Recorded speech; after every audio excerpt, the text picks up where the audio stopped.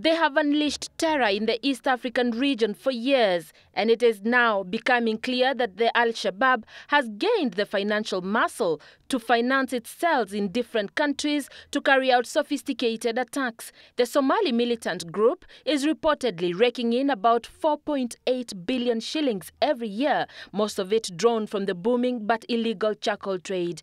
It is not just what Al-Shabaab does with this mega monies that is worrying stakeholders attending the first United Nations Environmental Assembly, but also the impact it has on the environment. Yet, charcoal burning as a source of funding for illegal groups is just one of the many avenues. Poaching is another. The horrifying slaughter of the Kenyan jumbos is said to be one of the worst in the continent.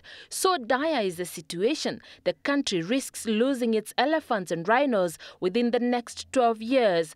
According to a UN report, Kenya is classified as one of the African countries whose natural resources have become a lucrative source of revenue for organized criminal gangs bent on plundering the continent's wealth.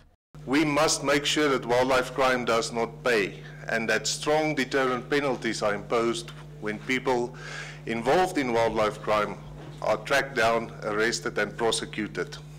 According to the Kenya Wildlife Service, this year alone, 97 elephants and 20 rhinos have fallen prey to poachers.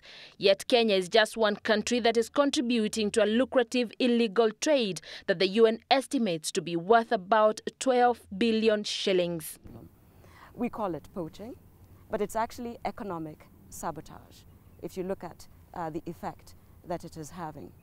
These are individuals, these international syndicates, are individuals that are involved in all kinds of contraband, whether it's drugs, whether it's human trafficking, and even links to terrorism. Very often natural resources can not only be a source of conflict, but very often, and enabled particularly by the illegal trade, sustain conflicts and prolong conflicts. Kenya has already raised the red flag regarding the threat to its wildlife and the transnational nature of the illegal trade. As long as there's demand, for wildlife products, we will never be able to address the problem. So clearly we also need to address the markets. Our view is to go for a total ban. The elaborate statements about the magnitude of illegal trade in wildlife and timber products is one step. Financing the programs to mitigate the problem is another. For The Big Question, I'm Ann Mawathe.